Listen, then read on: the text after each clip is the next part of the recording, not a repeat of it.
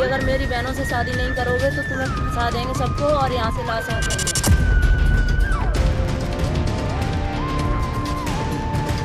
कहते हैं कि हवस जब रिश्तों की दीवारें तोड़ देती है तो इंसानियत भी शर्मसार हो जाती है। उत्तर प्रदेश के आगरा जिले से आई ये कहानी रिश्तों के उसी टूटे आईने जैसी है जिसमें खून, धोखा और पागलपन सब कुछ झलकता है।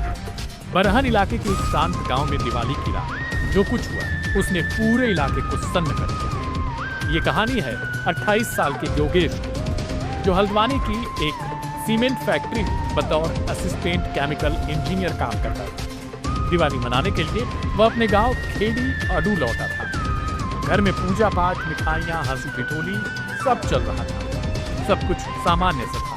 लेकिन उसी रात जब पूरा घर दीपों से जगमगाने के बाद अब नींद में सोने लगा तब रिश्तों के अंधेरे में एक साजिश पलने लगी। रात के करीब 2 बजे योगेश की भाभी अर्चना ने उसे कमरे में बुलाया।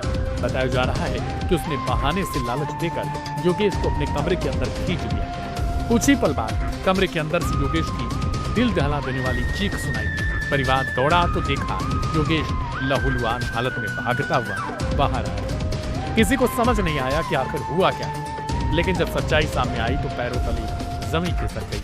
अर्चना ने योगेश का प्राइवेट पार्ट काट डाला था। खून से लथपथ योगेश को तुरंत पुलिस की मदद से एक अस्पताल ले जाया गया।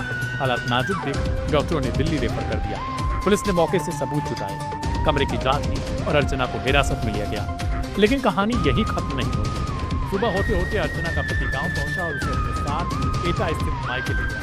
गाँव में अब तक चर्चाएं, गुस्सा और समाधान। गाँव के लोग कहते हैं अर्चना योगेश को अपनी छोटी बहन से करवाना चाहती थी, लेकिन परिवार ने मैनपुरी में रिश्ता तय कर दिया था। शादी नवंबर में होनी थी। शायद यही बात अर्चना को नागवार गुजरी। कुछ लोगों का कहना है कि दोनों के बीच पहले से अंतरंग संबंध थे।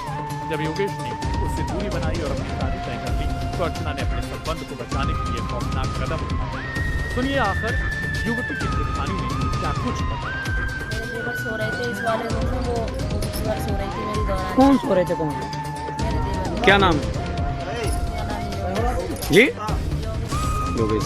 तो ये योगेश के साथ में जो घटना हुई है, लोग आरोप लगा रहे हैं कि उन्होंने भाभी को जबरदस्ती पकड़ लिया था, इसलिए भाभी ने उनका लिंक काट दिया। ऐसा कुछ भी नहीं है। उसने 3-4 महीने पहले जब उनकी नौकरी लग गई उसके बाद उस औरत ने धमकी दी है कि अगर मेरी बहनों से शादी नहीं करोगे तो तुम्हें फंसा देंगे सबको और यहाँ से लाशें उठेंगी।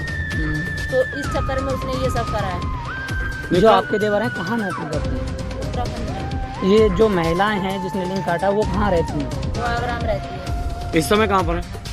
समय पता नहीं, भाग गई यहाँ से, पता नहीं कहाँ। घटना लगभग कितने बजे घटना है? 2 बजे।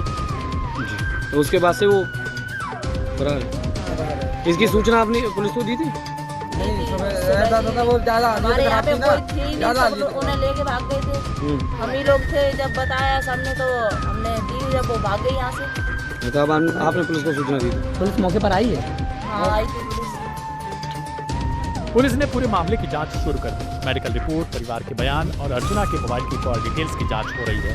योगेश अभी भी दिल्ली के एक अस्पताल में जिंदगी और मौत के बीच झूल रहा है।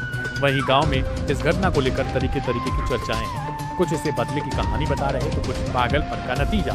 लेकिन सच्चाई जो भी हो, आगरा की इस रात ने रिश्तों की मर्यादा को हमेशा के लिए कलंकित कर दिया।